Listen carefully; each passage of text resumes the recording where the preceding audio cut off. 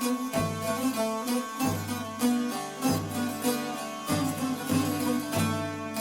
and welcome to the Majlis podcast, Radio for Europe, Radio Liberty's current affairs talk show focusing on Central Asia. I'm Bruce Pannier, host of the Majlis and author of the weekly Central Asia in Focus newsletter. The Turkmen government has been a chronic rights violator. So many activists and government critics have been imprisoned over the last 30 years that few in Turkmenistan even attempt to challenge anything the government says or does. But it is necessary to continue raising the cases of those who have been wrongly imprisoned in Turkmenistan to remind people outside Turkmenistan what's happening. And because sometimes outside pressure does help to get some people released from jail. To discuss all this, I am joined by Rachel Denber, Deputy Director of Human Rights Watch's Europe and Central Asia Division, Ivar Dale, Senior Policy Advisor at the Norwegian Helsinki Committee, and Farruh Yusupov, Director of RFARL's Turkmen service, known locally as Azatlyk. Thank you all for joining me, and I'm going to start with Ivar because you have a case that you've been following for a while. And you wanted to discuss this to open our conversation. Yeah, thank you, Bruce. Yes, I do have one particular case that's been on my mind recently, and I know Rachel also is very concerned about it, and we have been for years. And it's the case of a man called Gulgeldi Ananyazov. And the reason why this is particularly close to my heart, this whole story, is because he used to live in Norway, where I'm from. His family still lives here, but he's been in prison in Turkmenistan for now 16 years. And it's a story that is just completely really awful when you think about the fact that they've really just taken a quarter of this guy's life away from him. And I met Gulgeldi the first time. It was back, I think, in the very late 2007. I was living in Bishkek in Kyrgyzstan at that time, working for the Norwegian Helsinki Committee. And he came from Norway. As you recall, President Niyazov had died a while before, and he was encouraged, Gulgeldi was encouraged by news that the new president, Gurbanguly Berdimuhamedov, he had just been to the US and he made a speech at Columbia University where he said, promising things about the future of Turkmenistan. He was talking about democratic reforms, the country is open to the world, and so on. And so I guess Gulgeldi, who had political asylum in Norway at that time, he thought that he would be able to go back to Turkmenistan and contribute to this new Turkmenistan that he imagined was going to come. And he wanted, international organizations like the NHC to be aware of the fact that he was going back there. And I remember he showed up at our office in Bishkek, and I took him out to lunch at a Georgian restaurant in Bishkek, and we talked about this. And I said, I think this sounds very risky. I would advise against it. You don't know, are these reforms for real? But he decided to go, and we heard nothing from him until the news came out that he had, of course, been arrested as soon as he entered the country. And several months later, he was sentenced then to 11 years prison for illegal border crossing to a country that he is a citizen of. And over the years, we've heard very little. At times, we heard so little that both we and the international human rights community and indeed his family back in Norway thought that he had probably died in prison. Then, after 11 years, we got the news that he had not died. On the contrary, he had served his full sentence and was now transferred, but not released as he should have been, but transferred to serve yet another 5 years in a kind of an exile in an extremely remote, difficult part of Turkmenistan, where he still is. And we fear that, I was just looking through the history of all this, and we've raised it, Human Rights Watch has raised it, we've raised it, it's raised in absolutely every imaginable channel internationally, through the United Nations, through the OSCE, EU, the Norwegian Ministry of Foreign Affairs has raised it with Turkmenistan a number of times. And the last time I've been allowed to say this on air, the Norwegian MFA had a meeting with Vice Foreign Minister of Turkmenistan just right before Christmas. And they asked again, please, can you let this guy go back to Norway and to his family? And nothing has happened again. So I was looking through the history of all this, and I realized that at that lunch that I had in Bishkek with Gulgeldi, he was at that time the same age that I am now. But today he is 63 years old. The average life expectancy for men in Turkmenistan is 68, and that's if they have not spent a quarter of their life in prison. So I fear that, I wonder what the intentions of Turkmen authorities are by now in the case of Gulgeldi Ananyasov. Thank you. Rachel, you're free to add anything you want to this, but I also wonder if you could talk about, this is certainly not an isolated case. Can you give our audience an idea of, what the general situation is in Turkmenistan for people like this? So I just like to add one more detail to the really comprehensive and moving summary that Ivar just gave, and that's that several years ago, there were amendments to the Turkmen Criminal Code that had actually reduced the sentence for one of the two crimes of which Gulgeldi had been convicted, the crime of illegal border crossing. So the sentence was, in fact, it was quite drastically reduced, and it was drastically enough reduced such that he should have been, given the time that he'd already served, plus the time he's now been in his internal exile, there's absolutely no reason why Gulgeldi is not fully restored to freedom. The current sentence for that crime, even though he should never have been convicted in the first place, has been reduced. There should be no further hold on him. So I just wanted to clarify that. So just to widen the lens a little bit, yeah, I mean, Turkmenistan is, for decades has been one of the most closed and repressive countries in the world. It has a government from Niyazov through Berdi Muhamedov Père and now through Serdar Berdi Muhamedov, does not tolerate any kind of any dissent, any criticism, any independent reporting, scrutiny, political participation, nothing, and it punishes it quite severely. So the government goes after various sorts of people individually. I think mainly it tries to suppress freedoms to such an extent that people simply don't have the opportunity or don't want to take any kind of risk to in any way stand out or to seek or to impart information that might be in any way at variance with what the government says or what the government wants.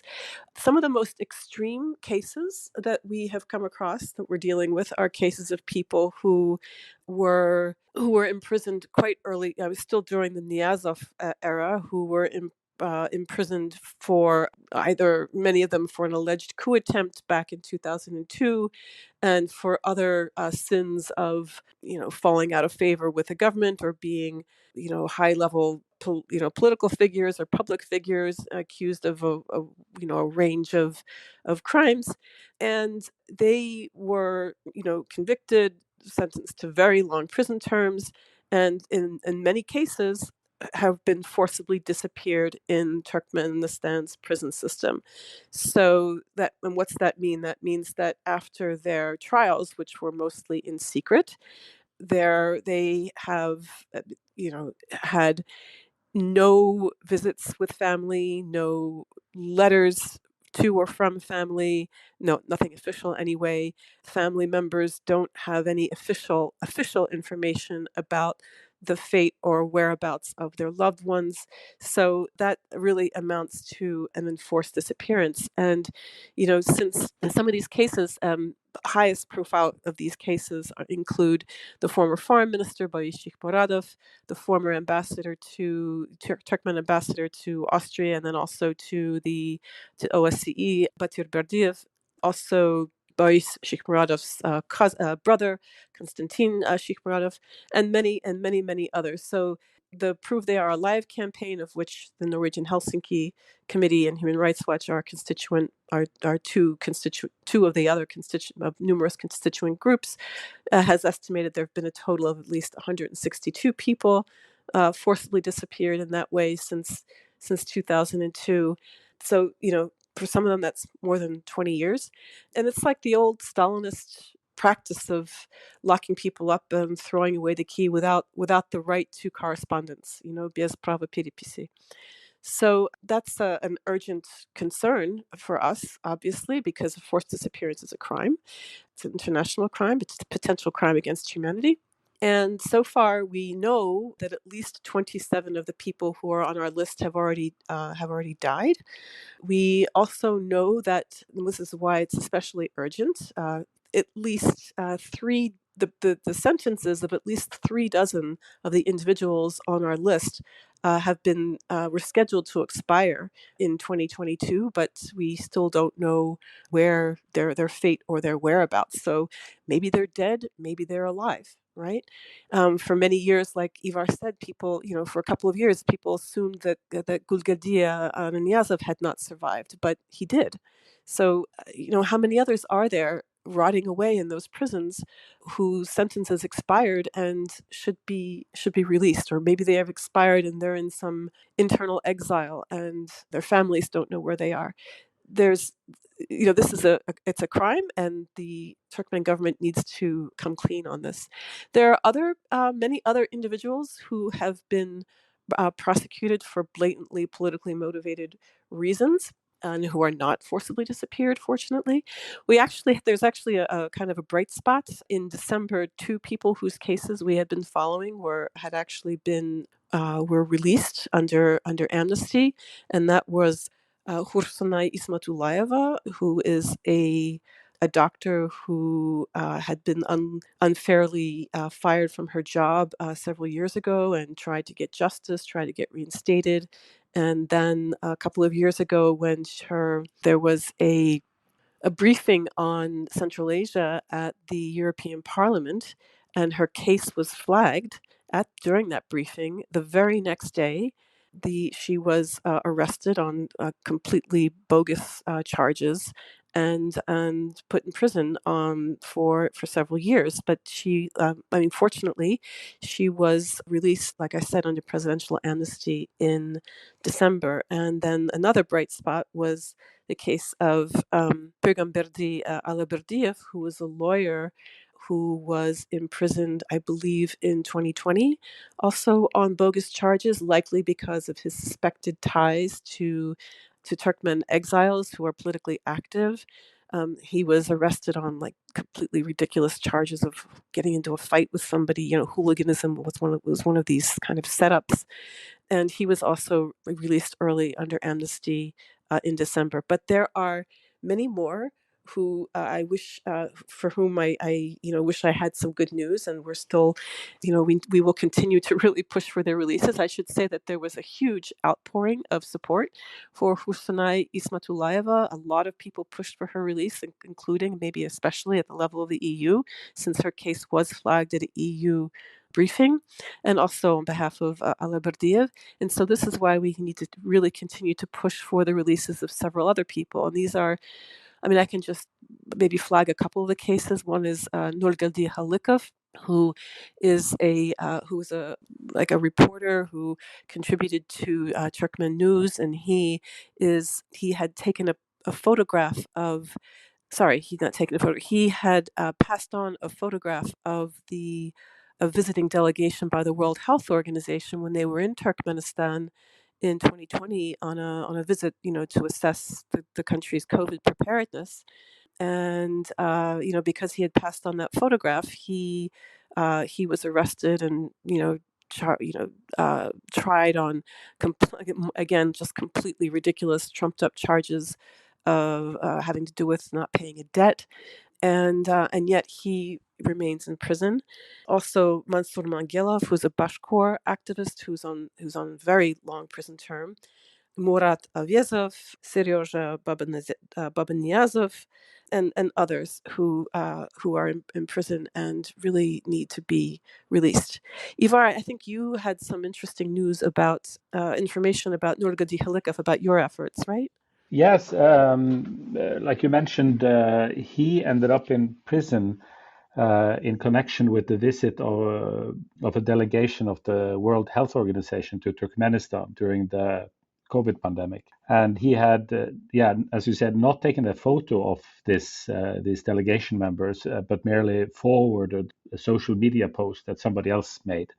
and ended up in prison for sentenced to 4 years on some other trumped up charges. But what we did was, the impression you're left with is that Turkmen authorities have put this guy in prison as a way of punishment on behalf of the WHO. It's almost as if they imagine that the WHO would want this guy to be punished for forwarding their photo from the Hyatt or whatever hotel it was in Ashgabat. And so we asked the WHO, is there something that you can do about this? Could you speak to the Turkmens yourself and say that we don't want this guy to be in prison on our behalf? And I think it's quite unusual for the WHO to respond to this kind of request. I don't know how many such requests they get, but they did answer, and they say that they'll make an exception here and actually go and speak to the Turkmen authorities about it in Ashgabat through through local UN representatives.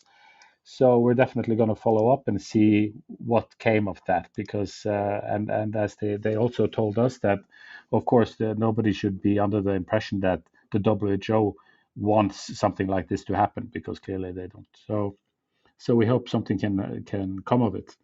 But it's the way it is with Turkmenistan. It's so off the radar in international media, and authorities there, I guess they treat both the Turkmen people and the Turkmenistan state budget as if it was their private property.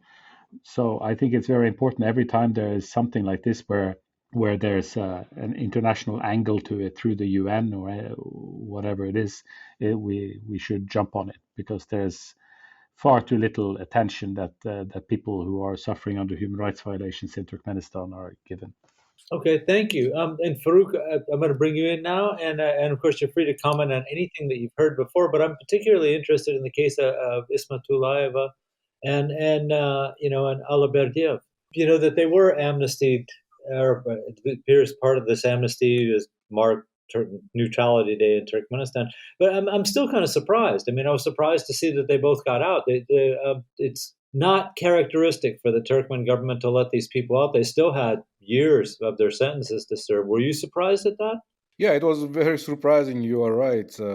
We don't know what made Turkmen authorities to come to that decision, but apparently, as Rachel and Ivar already mentioned, there was this push from the European Union's delegation in the country, and I know that some of the Western embassies were pushing for the release of Ismatullayeva and Alaberdiev. But in that campaign pressure, Nurgildi Halikov was one of is in the list of that campaign, and Mingelov is also part of that of that push.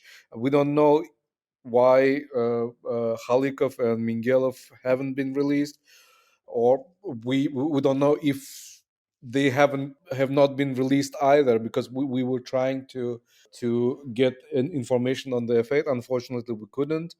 We were only able to confirm that Ismatullayeva and Alaberdiev were released. I hope that Halikov and Mingelov will be released too. Will be released soon, and many other political prisoners. And another reason, that's my reading, my pure speculation, is that the new Turkmen government is trying. I mean, we've been reporting about this. Is trying to improve the image of the new leader, Serdar Berdimuhamedov, especially in the Western world, to present him as sort of a face of a new Turkmenistan, if not a reformer. And the same thing happened, if you remember, with his father when he first came to power. Everyone was very optimistic that there will be political reforms, and as Ivar mentioned, that made Gulgeldi Ananiyazov think that things are changing at the time. But the release of these two people whose cases were politically motivated gives some hope that there will be some thaw in Turkmenistan, at least for a certain period of time. But we will see. But it was, as you are right, it was quite an achievement by a human rights community and international diplomatic community to get some people to freedom. Okay, thank you. And I want to keep on this topic too, but we have reached the halfway point in our discussion. So it's time for me to remind that this is the Majlis podcast, Radio Free Europe, Radio Liberty's current affairs talk show focusing on Central Asia. I'm Bruce Pannier, host of the Majlis and author of the weekly Central Asia in Focus newsletter. And we're talking about the rights situation in Turkmenistan. And joining me are Ivar Dale, Senior Policy Advisor at the Norwegian Helsinki Committee, Farruh Yusupov, Director of RFA Turkmen Service, known locally as Azatlyk, and the Rachel Denber, Deputy Director of Human Rights Watch's Europe and Central Asia Division. And we've been discussing the fact that they just let two people go. Now, I also want to connect some of this. We've talked a little bit about Mansour Mingelov. Also, the U.S. State Department just announced that they have this initiative, hashtag Without Just Cause, which is a political prisoners campaign. Given the fact that we've seen that pressure has worked to at least to help release, it appears, Ismatullayeva and Alaberdiev. Are we seeing signs that, do you think, and all of you get a chance at this, are we seeing signs that outside pressure is actually working, or as Farruh suggested, is this just kind of a ploy with a new leader? But I'm surprised, because in the past there has been outside pressure to have people released, and it was ineffective entirely. It's worked in other Central Asian countries, not in Turkmenistan. So what do you make of this? Rachel, I'll start with you. Well, I think I think the way, maybe one way of looking at this is that nothing will change without outside pressure. That it is absolutely essential, because the Turkmen government otherwise has no motivation, no reason to release people whom it seems as threats or enemies or whatever, wrongly so, by the way. So outside pressure it's an essential. It, I don't think that releases would happen without it. And then, so it's something that we need to do regardless of what particular set of conditions might or might not materialize to make those releases happen. Right? You have to have the pressure there, so that when whatever other combination of conditions internally might be there to make it happen, then we've done our part. So I think that we've seen outside pressure work in other circumstances in Turkmenistan. I mean, there are people who were released at the end of their full sentences. At least they were released. There's no reason why the Turkmen government could very easily have simply rearrested people at that point. So, and these are also cases, I'm thinking of cases in the past, where people were detained and arrested and imprisoned or otherwise threatened, and there was a big international campaign on their behalf. I wouldn't say it's always failed. It's just that it's very, very difficult, but it doesn't happen without outside pressure. Okay, thank you. Farruh, what do you think? Is this a short-term period of mercy in Turkmenistan, or do you think that this is a sign that outside pressure is helping to influence Turkmen government decisions? Yeah, certainly outside pressure is not hurting. I mean, it is, as Rachel said, it's without outside pressure, they wouldn't even bother releasing anyone, even if they wanted to improve the image of Serdar Berdimuhamedov. I hope that this thaw, so to speak, I mean, it will, of course, last. It will not last forever, but I hope it will last longer than shorter, rather than shorter. But it is, I think it is part of the effort to improve Serdar's image in the West, and it will last as long as the Turkmen government will want to present Serdar as the face of new Turkmenistan. How long it will last? I It's hard to say, but I don't think that it will last very long. That it will last for years. Okay, thanks. And this is a good time to get to Ivar, of course, because you just had a different experience. And also I wanted to mention that since I brought up Mansour Mingelov, he is specifically on a list that the U.S. State Department, on the U.S. State Department's website, of someone that should be brought up. But Ivar, you just had an experience where the person that you were trying to help get out. You had the more typical response from the Turkmen government, where really they didn't do anything about that. How do you feel about the fact that there are people getting let out? Is that room for optimism, or is this, as Farruh said, is this just a short-term thing, and that we won't see any more of for months to come?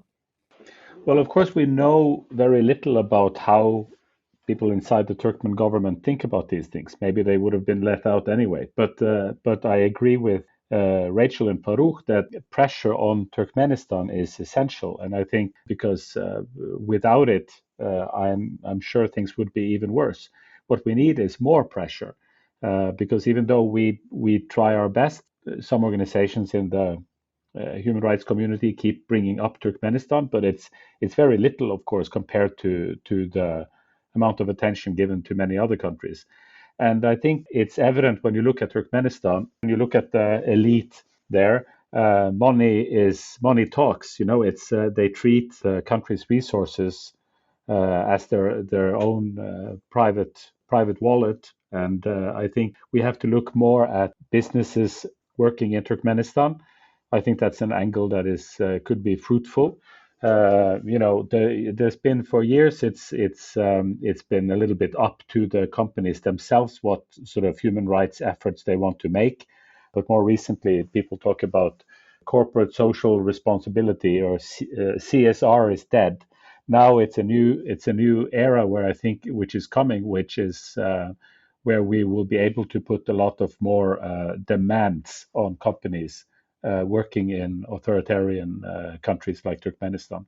They should also be at the forefront of trying to get people like Gulgeldi or Halikov out of prison and to improve the human rights situation in these countries where they are making their money. Bruce, if I may, I wanted to also add to my response about how long it will last. I mean, as you know, like yesterday, I mean, the day before yesterday, the father Berdu Muhamedov announced that they want to change the parliamentary system again and go back to unicameral system from the bicameral system, which was established only 2 years ago. So things like politically, the human rights situation will also be very related to the developments like coming from that decision. Because they are going to separate this upper chamber that's headed by Gurbanguly Berdimuhamedov at the moment into a separate supreme body of supreme power, as they call it. And it's going to be the People's Council. If you remember, the same powers were, and of course, the Gurbanguly will be at the helm of that body. If you remember, during the Niyazov's time, the People's Council had the same powers, and Niyazov used it for all of his for establishing the cult of his personality, and then he used it to make him president for life. So the same thing is going to happen, I think, and Gurbanguly Berdimuhamedov is going to become the supreme leader, and he will be making the ultimate decisions, all like relating to internal affairs, foreign affairs, military affairs. So this is going to be everything political, as I say, and including human rights situation will be related to the developments in this issue. So we will see how and that period of thaw will also be very much dependent on this story. Yeah, thank you for adding that. It certainly is an ominous development, and thanks for your services reporting on that too. Okay, I want to get to one last thing though, and that's the kind of modern repression that's going on that's associated with technology. Now, inside Turkmenistan, it's really impossible to challenge the government, as I mentioned at the start of the program. You don't even want to be caught in the street saying out loud something that sounds like it's an anti-government statement. It's a sure ticket to jail, but from outside Turkmenistan using new technology, people have been sending voices of opposition to the government into the country. And yet, one, it's very hard for citizens to see these because of all kinds of blocks people have the government's imposed on the internet. but the penalties are huge for people that do try to access this. And so I wanted to talk a little bit about the challenges that new technology is posing for the Turkmen government, and new areas of rights violations that it's opening up at the same time. And Farruh, I guess I'll get to you first. Am I right that if you are caught with a video or something on your mobile phone that's from a YouTube channel or something that's an anti-Turkmen government propaganda station, you can be imprisoned for treason? There is a very high risk for that. And in the recent year, there were a lot of cases when a group of police, a joint group of police and Turkmen KGB, they would raid government agencies, public organizations, schools, and would just check people's phones for any political content, and people were punished for that. People were dismissed from work and punished for that. And the same thing happened to, by the way, to Allah Berdiev. I mean, he had messages on his phone that he exchanged with the political activists in Turkey. So yeah, there is a very high risk. I can not give you the concrete examples because people wanted anonymity out of fear that there would be more consequences for their families. But I know of at least three cases when people got punished, and after they got in touch with us, they were we lost contact with them. We don't know what happened to them. And another very outrageous example for that, for any sort of public activity, political activity, is the case of Omurzak Omarkuliyev. If you remember, after he established an organization of the Association of Turkmen Students in Turkey, and he spoke about it on Azatlyk. He went missing, and then we learned that he was given a sentence of 20 years. Turkmen government claimed that the Azatlyk's reporting was not true, and the Omurzak served not the prison sentence but military service, and is now living his private life. But they never produced any evidence whatsoever that proved that everything is his fate is okay.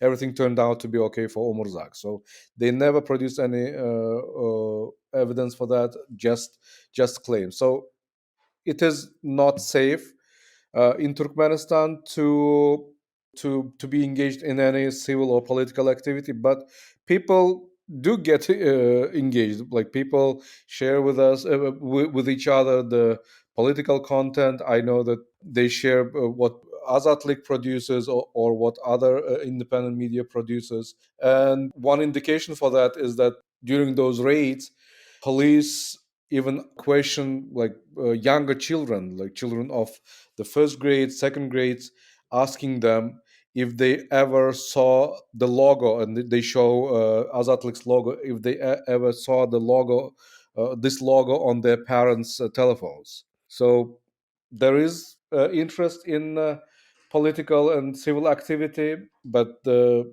government is trying very hard to stop that. Bruce, I can add something if we still have time. Please. So just to say also that in addition to raiding the institutions that Farruh mentioned to check people's phones, the authorities are also really trying to crack down on service providers who they believe might be helping people install or providing like VPNs. So VPNs, virtual private networks, aren't explicitly banned in Turkmenistan, but providing illegal services that provide technical programs online is banned, and you can get a 7-year imprisonment, a term of 7-year imprisonment for that. And so, like, tech service people have been, have been threatened. And in addition to looking for banned content, officials are also looking for banned apps when they go after people, and they're also doing other things to like fully like block, the internet. I think there were in 5 consecutive months in 2022. There were like near complete internet there were like big internet disruptions, full or partial internet disruptions. This comes from your website, Farruh, from Azatlyk. And I think there was also a near complete internet shutdown for 2 days in April. Also, I think it's important to mention that, like, as these internet services disappear or become harder, obviously that has impacts on sharing of information, but also, it has impact on people's daily lives. And, think of the people who, set up businesses, especially during COVID, for delivery services and things like that.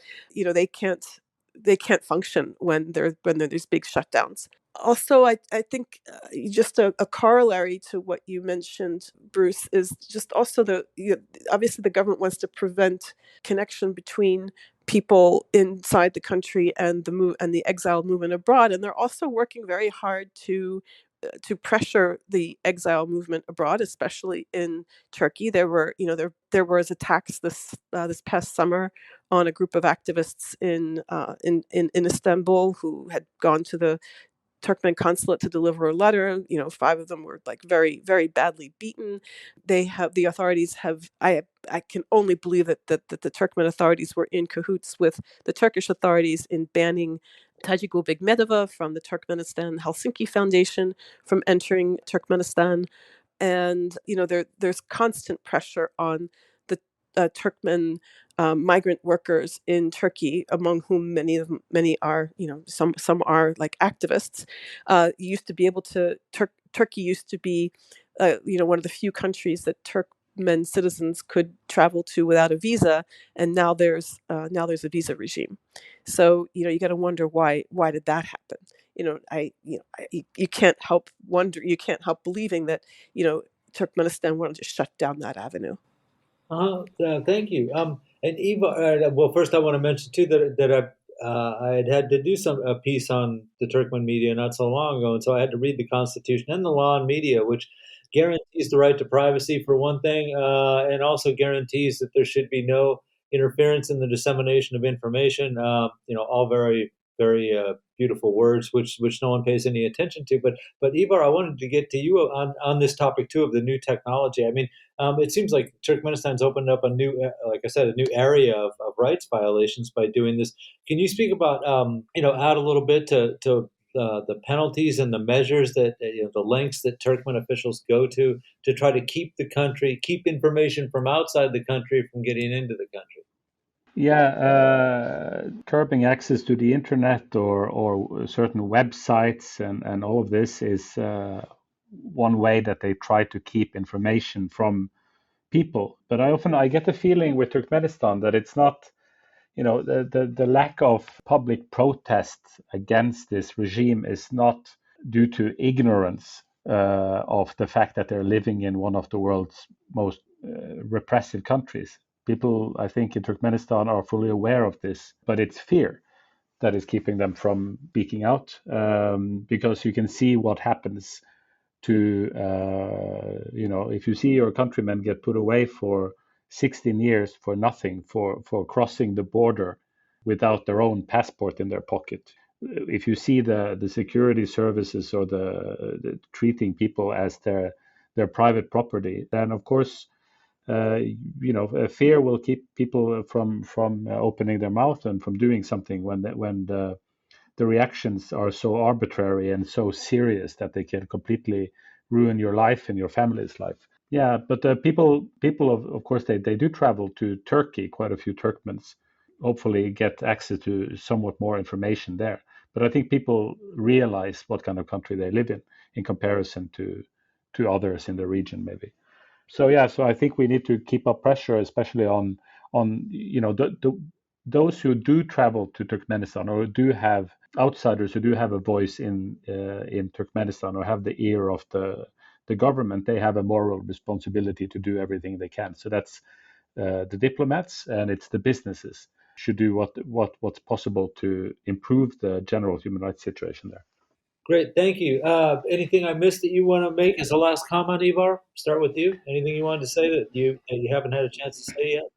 Well, I see the new parliament, or what you want to call it, of Turkmenistan is going to be called the Majlis of Turkmenistan. So I think your podcast was ahead of its time there. I got to check the copyright law on that one. Thank you. Or for was it the other way around? So I'm gonna have to check on that. I might file a case. I think they're trying to steal my good publicity. Thank you for bringing that up, Rachel. Anything I missed, or anything you didn't have a chance to say that you want to say? Thank you so much for this opportunity, Bruce. There's so much to say about Turkmenistan. We haven't touched on social economic rights, the crisis of affordable food, but we can get to that at another time. Okay, thanks, Farruh. Nope. Nothing that I can add. That's fine. Okay, that's good. All right. Well, then in that case, thank you, Farruh, Rachel, and Ivar for being on the program today. And a big thank you to Nathan Shoemaker, our Majlis podcast producer in Washington, D.C. And a reminder, you can subscribe to the Majlis podcast or the Central Asia in Focus newsletter by visiting Radio Free Europe, Radio Liberty's website at rfarl.org. Thanks, and we'll be back next week. Bye-bye.